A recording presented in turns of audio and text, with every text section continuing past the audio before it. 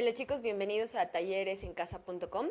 Hoy vamos a hablar sobre el periodo de los incas o el horizonte tardío. Pero antes de entrar a este tema, es necesario que te recuerde que para que comprendas con mayor claridad esto, tienes que revisar las sesiones anteriores, lo que significa que debes conocer sobre los hombres del antiguo Perú y también sobre las primeras ocupaciones del Valle del Cusco. Si logras comprender con claridad estas dos primeras fases, el periodo inca es completamente sencillo, así que por favor, si no lo recuerdas, puedes revisar las anteriores sesiones. Ahora, como te decía, vamos a trabajar sobre el periodo inca, también llamado periodo quechua o tahuantinsuyo. El tahuantinsuyo se ha desarrollado en casi todo el Perú, también se ha extendido hasta Chile, ha llegado a Colombia, parte de Ecuador, Argentina. También tiene parte de Bolivia o la Sierra de Bolivia. Ahora, ¿por qué es importante estudiar esta cultura? Bueno, los incas han marcado un hito cultural que ha sido un referente mundial. ¿Por qué? Porque tiene características muy desarrolladas, como por ejemplo su arquitectura, su cerámica, su organización social o su organización política. Y también porque estos marcaron el punto antes de la invasión española, antes de empezar con una nueva etapa en la historia del Perú. También se sabe que los incas fueron la cultura o el imperio de mayor desarrollo en toda América del Sur durante los años desde 1400 hasta los 1532 cuando empezó la invasión española. Ahora te voy a dar las referencias geográficas de su extensión para que puedas entender mejor sobre el Tahuantinsuyo. Bueno, ocupó la parte occidental de América del Sur. Para que puedas entender, te voy a dejar esta imagen donde puedes ver la ubicación del Tahuantinsuyo. Ahora, se expandió en el Chinchaysuyo, o sea, en la parte noreste, hasta el río Ancasmayo, que está en Colombia. Por el Contisuyo o por el suroeste para ser exacto, se expande hasta la costa sur peruana. Esta es eh, tan amplia que llega hasta la frontera con Chile. El tercero es el Collasuyo. El Collasuyo se extiende por el sureste hasta cierta parte de Bolivia o hasta una parte de Bolivia y llega hasta Tucumán en Argentina, específicamente al río o también hasta el río Maule en Chile. Ahora, el Antisuyo, que es la cuarta parte del Tahuantinsuyo, llega hasta la ceja de selva del Perú.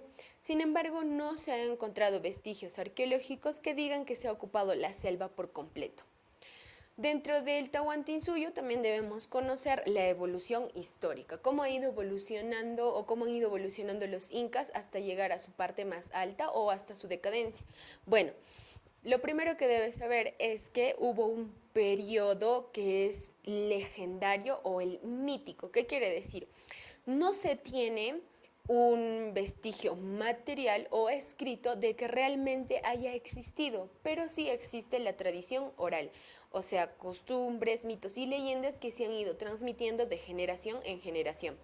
Los incas que estuvieron dentro de este periodo legendario son Manco Inca, que fue el fundador o el primer ocupador del Tahuantinsuyo. El segundo es Sinchi Roca. Bueno, estos dos incas son conocidos también como los curacas, los jefes. Ellos son los que inician con el periodo inca. El segundo periodo se llama periodo regional. Aquí ya los incas o el pueblo quechua ya se ha establecido y empiezan a desarrollar la confederación. Por eso los incas de este periodo son los confederados. Ahora, ¿quiénes están dentro de este grupo? Pues está Lloque Yupanqui, está Manco Cápac, está Cápac Yupanqui, está Inca Roca, Yaguarhuaca y Huiracocha, también conocidos como los Sinchis. ¿Por qué? Porque gobiernan grupos, ya gobiernan confederaciones.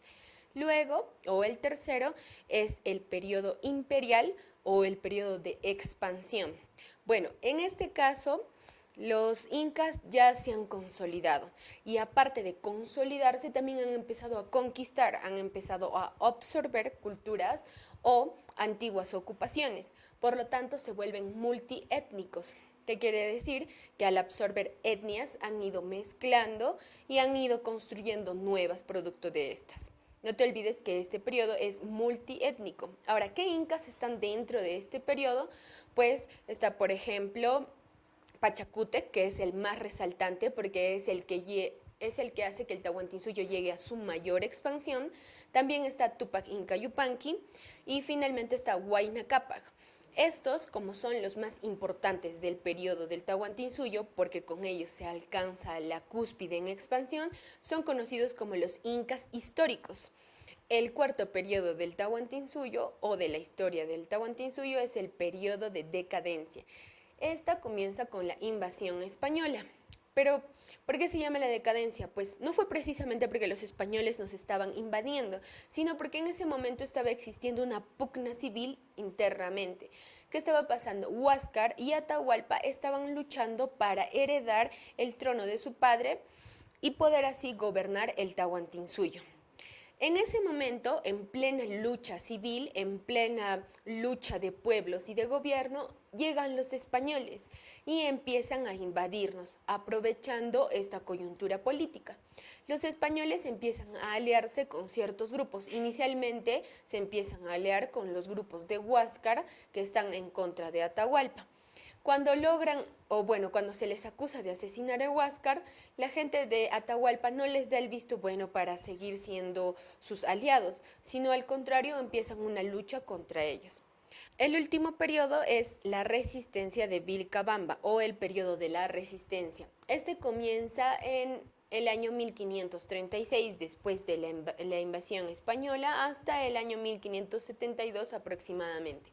¿Qué pasa? Los españoles ya nos han invadido, han destruido bastante de lo que han conocido en sus viajes y los incas o los quechuas tienen que volver a organizarse para formalizar un ataque o para defenderse. Entonces ahí surge el primero, que es Manco Inca. Él hace o planifica la primera resistencia del Tahuantinsuyo. ¿En dónde? En Vilcabamba. Después empieza también la lucha de sus hijos. Sus hijos heredan esta idea de luchar contra los españoles. ¿Y quiénes están? Pues está Zairi Tupac, está Tito Cusi Yupanqui, está Felipe Tupac Amaru. Y todos estos pertenecen a la dinastía de la resistencia, los incas finales. Ahora, para que podamos entender a los incas, también debemos saber un poco de su organización política, cómo funcionaban dentro de su estado. Bueno, lo primero es que ellos estaban organizados en base al ayllu. ¿Qué quiere decir? Al grupo familiar. Esta es la organización básica de todo el imperio o de todo el estado. De hecho, es la institución más sólida de todo el imperio inca. También se sabe que los ayllus no nacieron porque los incas lo hayan impuesto, sino es una herencia pre-inca. Ya había organizaciones de ayllus antes de que ellos llegaran. Ahora, el jefe de un ayllu era llamado curaca, él era el líder del grupo familiar. Dentro de estos lazos familiares, durante el periodo inca o durante el estado inca, hubo diversas formas de emparentar a las personas. No solo era por sangre, aunque naturalmente este fuera el primero. Como les comento, el parentesco o el linaje de sangre es la primera forma. Pero también está, por ejemplo, la económica. La económica cuando un grupo se dedica a hacer el mismo tipo de trabajo. ¿A qué me refiero? Su trabajo es colectivista, o sea, trabajan en colectivos, también es de distribución. Ellos colectan, pero luego distribuyen entre sí mismos. Y también es equitativa. Solían repartir los recursos de manera igualitaria. Todo dentro de un grupo o dentro de un ayllu. Por eso es que son parentescamente o su parentesco se desarrolla a través de la economía. Otro también es por el tema de territorio. Ellos usualmente, como vivían en ayllus o organizados en ayllus y ocupaban un mismo espacio, llegaban a denominarse marca cuando los ayllus se agrupaban. Marca, ese es el término para un grupo de ayllus. Entonces, como están ubicados en un mismo espacio o agrupados en un mismo espacio, pues empiezan a tener un parentesco de territorio, se emparejan o se emparentescan por los lugares donde viven. El otro tipo de parentesco, por ejemplo, son los tótem. ¿Qué quiere decir? Los tótem son que ellos tienen un antepasado común o adoran a un antepasado común. Por eso es que se emparentan por los tótem. también se emparentan por el origen, de dónde vinieron o de qué tipo de linaje son. Por ejemplo, si vienen de pacarinas comunes. ¿Qué son las pacarinas? De líneas de sangre comunes. También está la religión. La religión es otra forma de emparentarse porque adoran a los mismos dioses, en este caso al dios Sol, a Huiracocha, la tierra, porque como saben ellos eran panteístas y politeístas. Ahora, otro tipo de parentesco es el idioma. El idioma formal en el Tahuantinsuyo era el quechua o el runasimi. Todos hablaban el mismo idioma y por lo tanto se emparentaban por ese lazo, por hablar el mismo idioma e entenderse en el mismo idioma. ¿Qué también hay dentro de la organización social? Pues, por ejemplo, sabemos que era multiétnica. Como ya les había mencionado antes, ellos habían empezado a absorber culturas y a hacer que sus etnias se vayan mezclando con sí mismas. Ahora, también sabemos que era muy jerarquizado, o sea, que habían clases bien marcadas. La clase noble, la clase del pueblo, estaban los esclavos y los esclavos que eran obligados a servir eternamente, ¿no? O hasta que mueran. Y también heredaban, de hecho, su esclavitud. Sabemos también que dentro de estas clases había la movilidad social. ¿Qué significa? No eran grupos cerrados. Si tú tenías mérito para ascender a una clase más alta, podías hacerlo. Depende de tus acciones. Quizá tenías un reconocimiento militar y podías ascender a la nobleza. O quizá dentro de un grupo de ayllus eras un gran curaca o un gran administrador y podías ascender también a la nobleza. ¿Cómo está organizado este sistema social un poco más especial? Bueno, la primera parte o la parte noble, la parte gobernante, está conformado por el Cápac, que vendría a ser el Inca, su esposa, que es la Coya, luego está el Pihuichuri, que es su primer hijo o el primogénito, y luego está el Auqui. El Auqui es el heredero del trono. Debo de decirles que el Lauqui no necesariamente es el primogénito, sino es el hijo más capaz o el hijo más educado para llegar a gobernar el Tahuantinsuyo. Ahora, después de esta familia real o de estos cuatro principales empiezan las noblezas. Comenzamos con la nobleza de sangre, que normalmente son parientes del Inca o de la Coya. Usualmente son grupos reales que también viven en la ciudad de Cusco o viven cerca al Inca.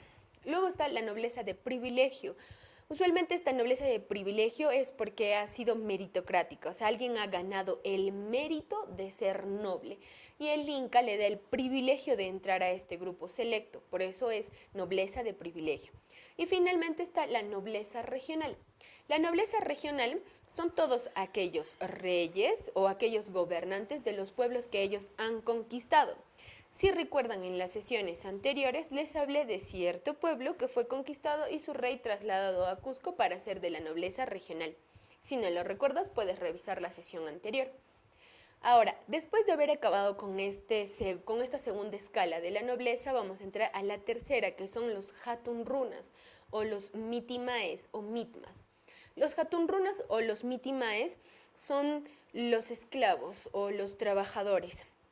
A ellos se les asigna labores acá, o se les entrega a cargo de una familia para que sirvan a la nobleza. Después de esta escala, esta tercera viene la cuarta, que son los yanaconas. Los yanaconas también son esclavos, pero son esclavos productos de guerras. Ellos han luchado en cierto momento, han perdido su batalla, los incas los han trasladado de territorio y los han obligado a ser sirvientes hasta la muerte. Es más, se sabe que si un yanacona llegaba a tener hijos, su hijo iba a nacer en condición de sirviente igual hasta su muerte.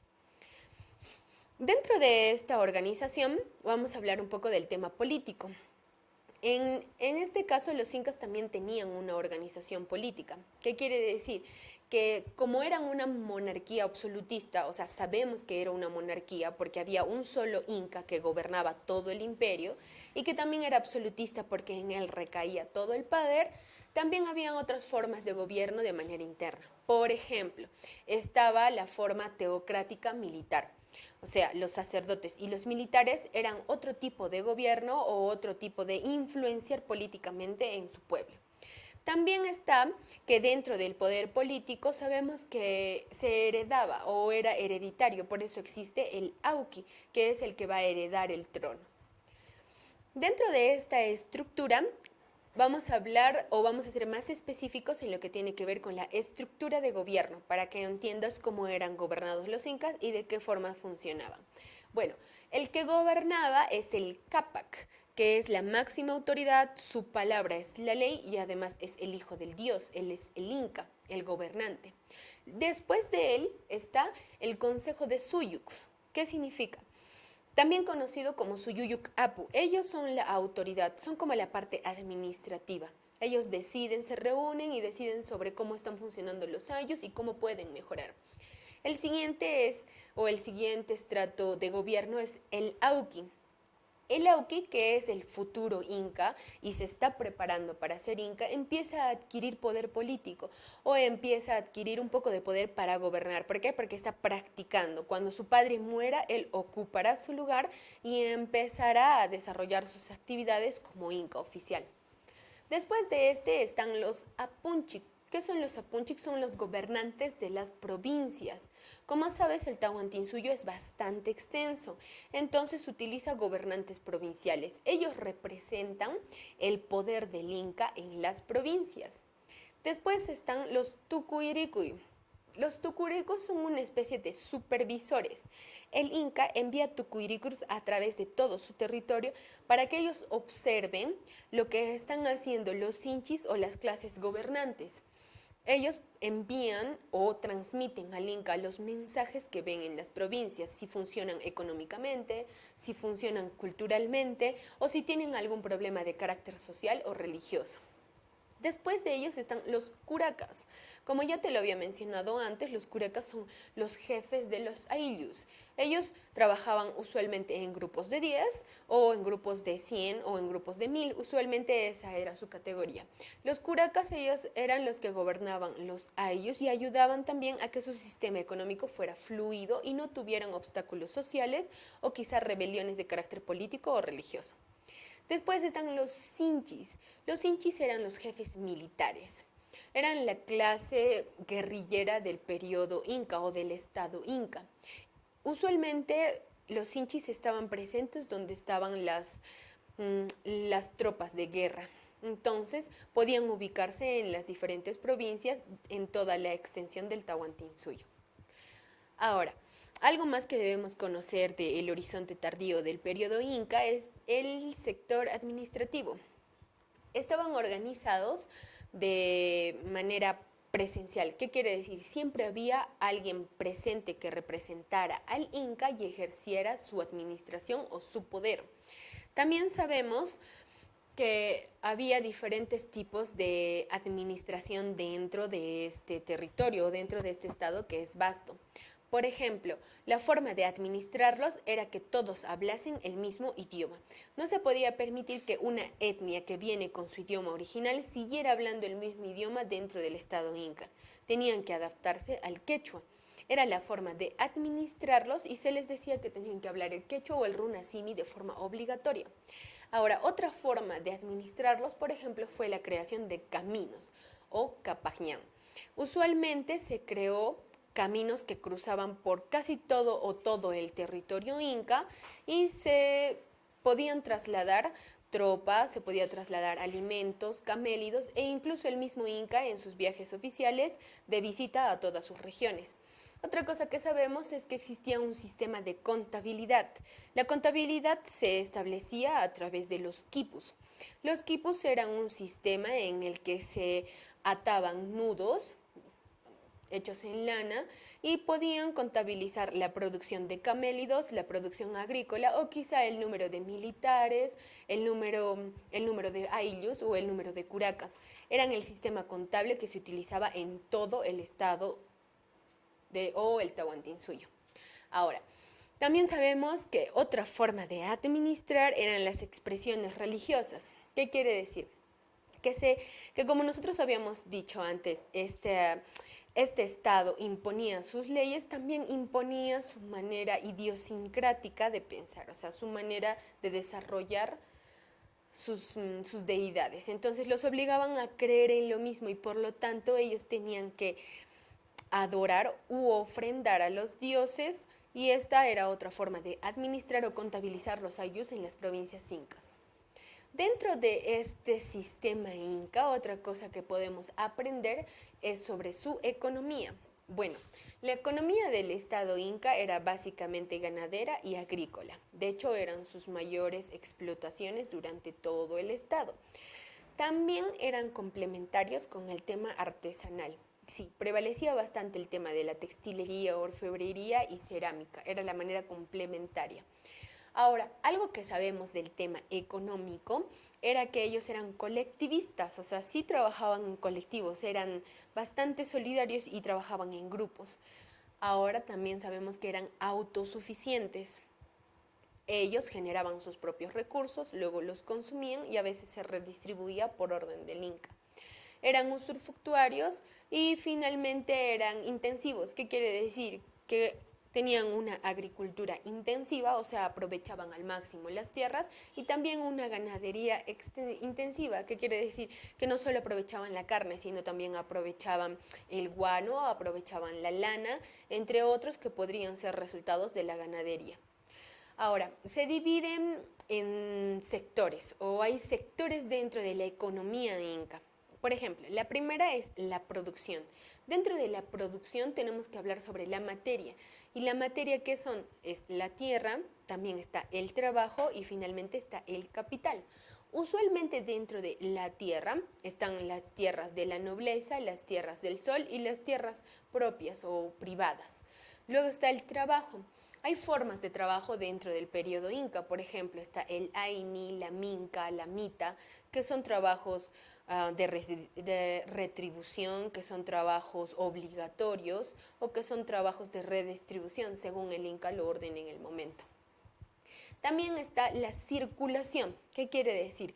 Que cuando una persona cultivaba o producía algo, estaba en la obligación o en la preferencia de llevar su materia e intercambiarla con otra. Esto podía suceder de provincia a provincia o de región en región. Esa es la circulación económica. Luego está la redistribución. ¿Qué quiere decir? El Inca, usualmente cuando veía que un estado estaba en emergencia o en necesidad porque sufrió quizá un fenómeno climático o a veces las lluvias intensivas destruían toda la agricultura, pues el Inca ordenaba que los recursos que estaban almacenados en las colcas se redistribuyeran entre los poblados afectados o entre las personas afectadas. Luego está el consumo, que es la parte final de todo este proceso. Cuando las personas por fin ya han terminado de realizar sus actividades obligatorias, son libres de consumir lo que han producido o lo que han adquirido a través del intercambio. Otra cosa también de las que les voy a hablar el día de hoy son de las expresiones artísticas de los incas o del estado del Tahuantinsuyo. Dentro de las expresiones artísticas hay algunas que destacan, como por ejemplo la arquitectura. Sabemos que la arquitectura tiene 3 cualidades básicas que debes memorizar, que son sólido, sencillo y simétrico. ¿Por qué? Estas cada una representan una característica de la arquitectura que ellos han desarrollado. Por ejemplo, sabemos que son sólidos porque son bastante resistentes y también son antisísmicos. Ahora, sabemos que son sencillos porque no tienen adornos, no tienen columnas, no tienen proporciones salientes o entrantes, son sencillas, son planas. ¿Y por qué son simétricas? De hecho, porque tienen formas de emparejar a manera cuadrangular o la forma que la piedra le permita al constructor o al arquitecto. Dentro de la arquitectura sabemos que existen tipos de arquitectura. Por ejemplo, está la ciclopia.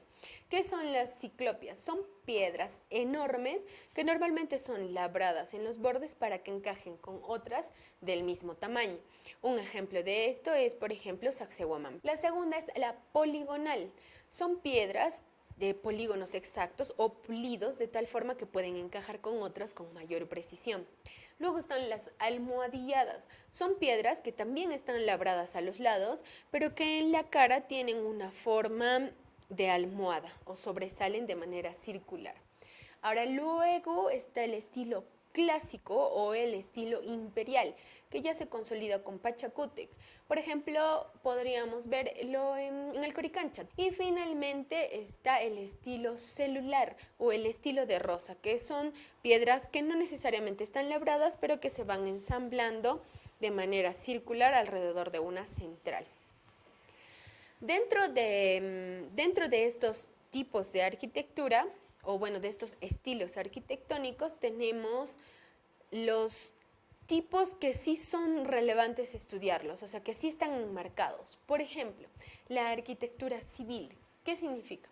Dentro de las construcciones hay categorías de construcción, así como existen categorías sociales.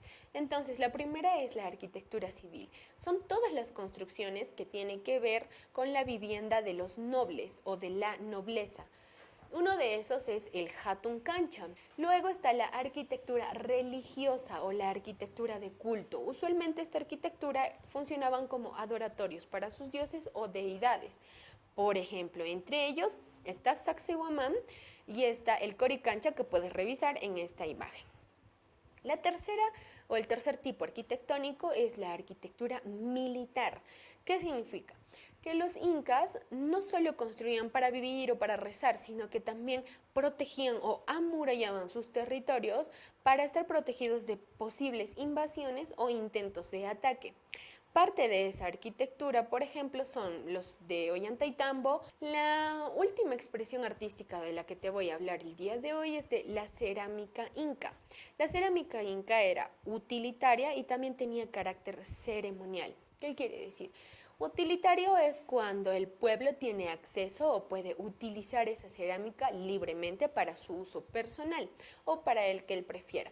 Y también estaba la ceremonial, que usualmente era para ir a un adoratorio o presentar en una ofrenda a alguna deidad.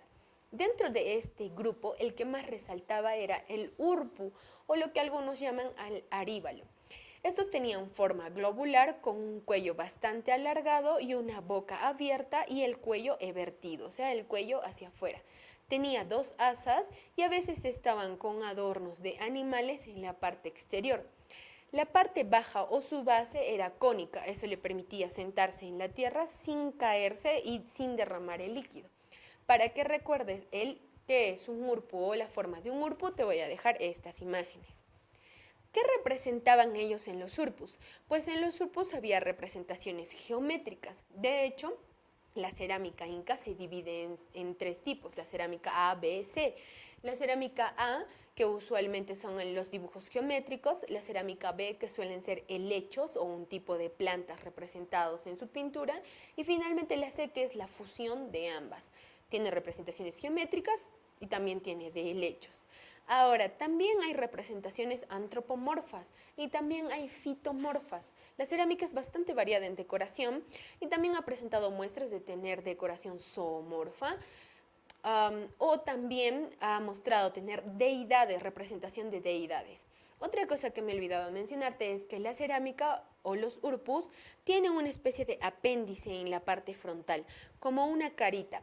A veces estas caritas son animales, usualmente felinos o monos. Estos servían para que al momento de ser trasladados en la espalda, le pasaran una soga y diera estabilidad y así el urpu no se cayera de un lado a otro. No te olvides que hemos hablado sobre los incas, organización administrativa, social, política, sus expresiones culturales, y que para que lo entiendas mejor debes revisar las sesiones anteriores en las que te muestro cómo es el Perú antiguo y hasta qué punto han evolucionado para llegar hasta el periodo inca. Recuerda que puedes revisar la información, visitar museos y centros arqueológicos para que los conozcas mejor. Esto ha sido todo por la sesión de hoy. No te olvides que estos son talleresencasa.com y te espero en la siguiente sesión.